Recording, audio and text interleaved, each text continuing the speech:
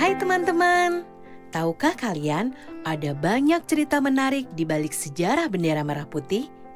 Ayo kita simak bersama ceritanya.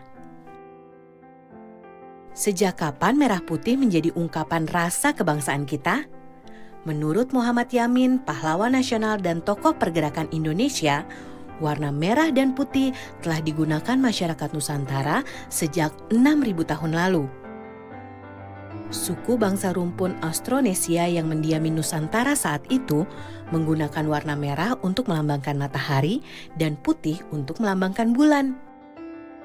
Menurut Yamin, jejak perlambangan merah putih juga tampak pada masa kerajaan Hindu-Buddha, misalnya pada relief Candi Prambanan dan Borobudur.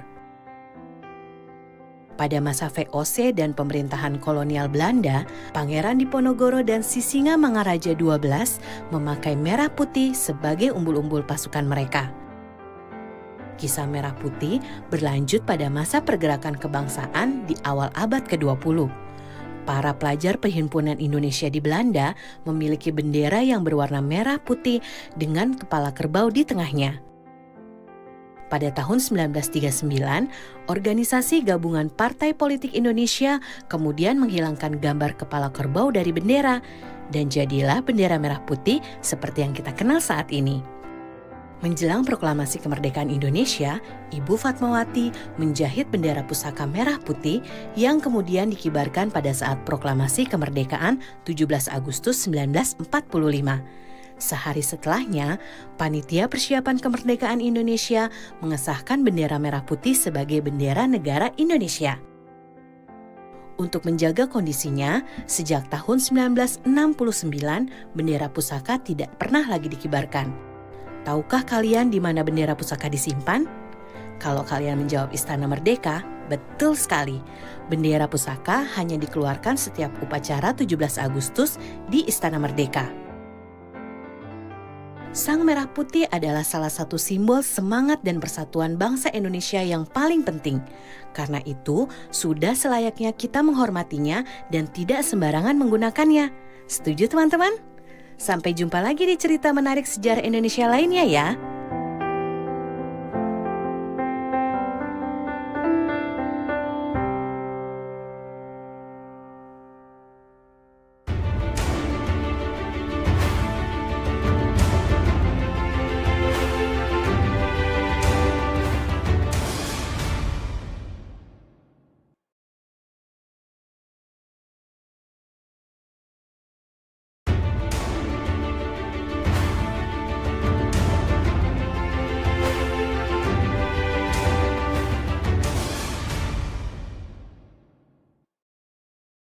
Di ruang kelas, kita selalu melihat lambang negara Garuda Pancasila.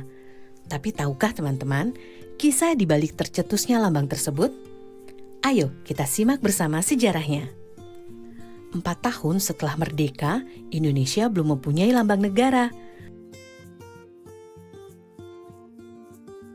Barulah tanggal 20 Desember 1949, Presiden Soekarno menunjuk Sultan Hamid II sebagai Menteri Negara yang tidak memimpin departemen untuk merancang lambang negara. Hamid lalu membentuk Panitia Lambang Negara dengan Ketua Muhammad Yamin dan anggota yang terdiri dari Ki Hajar Dewantara, Muhammad Nasir, M.A. Pelupesi, dan Purbacaraka. Mereka bertugas menyeleksi rancangan lambang negara dari sayembara yang diadakan pemerintah. Dari hasil sayembara, ternyata rancangan yang terpilih adalah karya Sultan Hamid II dan Muhammad Yamin. Namun, pemerintah menolak rancangan Yamin karena dianggap mengandung simbol-simbol Jepang. Hamid menggambar figur burung Garuda berdasarkan masukan Ki Hajar Dewantara yang mengumpulkan gambar mitologi Garuda dari beberapa candi di Jawa. Sketsa itu juga dibuat berdasarkan pengamatannya pada lambang-lambang negara lain yang menggunakan burung elang Raja Wali dengan perisai di dada. gambar rancangan Hamid diterima pemerintah tanggal 10 Februari 1950. Lalu, 11 Februari 1950, Garuda Pancasila ditetapkan sebagai lambang negara Indonesia. Presiden Soekarno kemudian menyempurnakan 3 hal dari sketsa Hamid. Pertama, menambahkan jambul di kepala Garuda. Kedua, mengubah arah cakar Garuda supaya tidak terlihat terbalik. Ketiga, mengganti pita merah putih dengan pita bertuliskan Bhinneka Tunggal Ika dalam cengkraman Garuda. Akhirnya, setelah 4 kali dilukis ulang oleh Dullah, pelukis istana saat itu, sketsa karya Hamid menjadi lambang negara seperti yang kita kenal sekarang. Jumlah helai bulu pada sayap, ekor, dan leher Garuda melambangkan tanggal proklamasi kemerdekaan. Di dadanya terpampang Pancasila sebagai dasar negara, dan kakinya mencengkram kuat Bhinneka Tunggal Ika sebagai semboyan negara kita.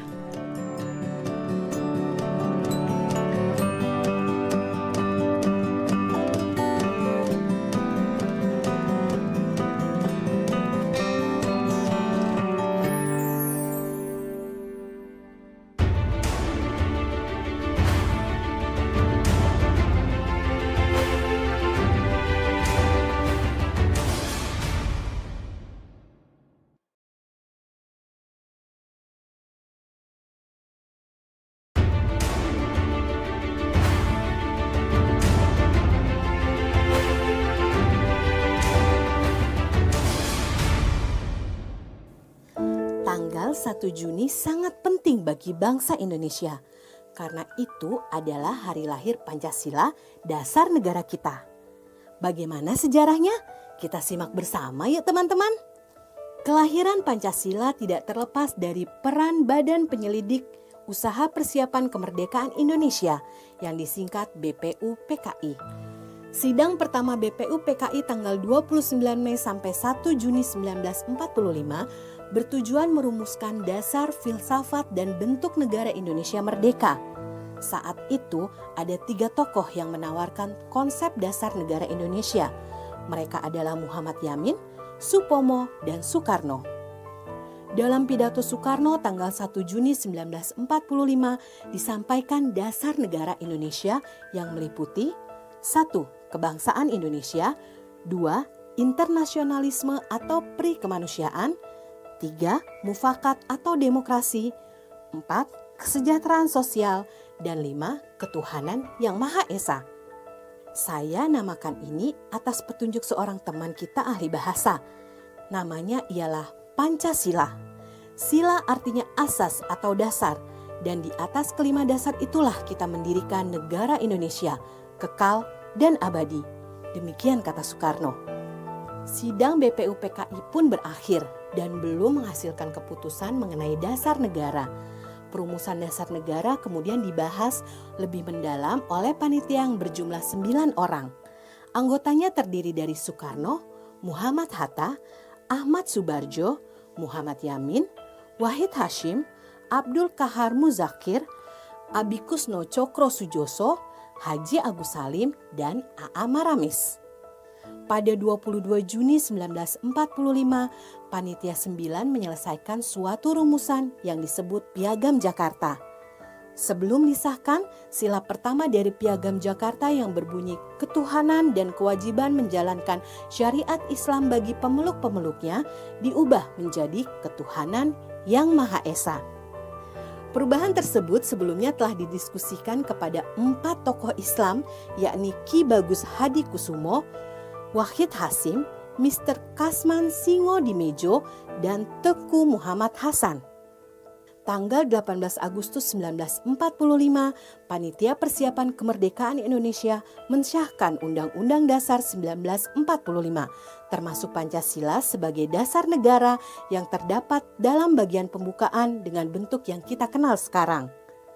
Nah teman-teman, Penetapan hari lahirnya Pancasila pada 1 Juni merujuk pada fakta sejarah ketika Soekarno pertama kali mengungkapkan kata Pancasila pada pidatonya dalam sidang BPUPKI tanggal 1 Juni 1945.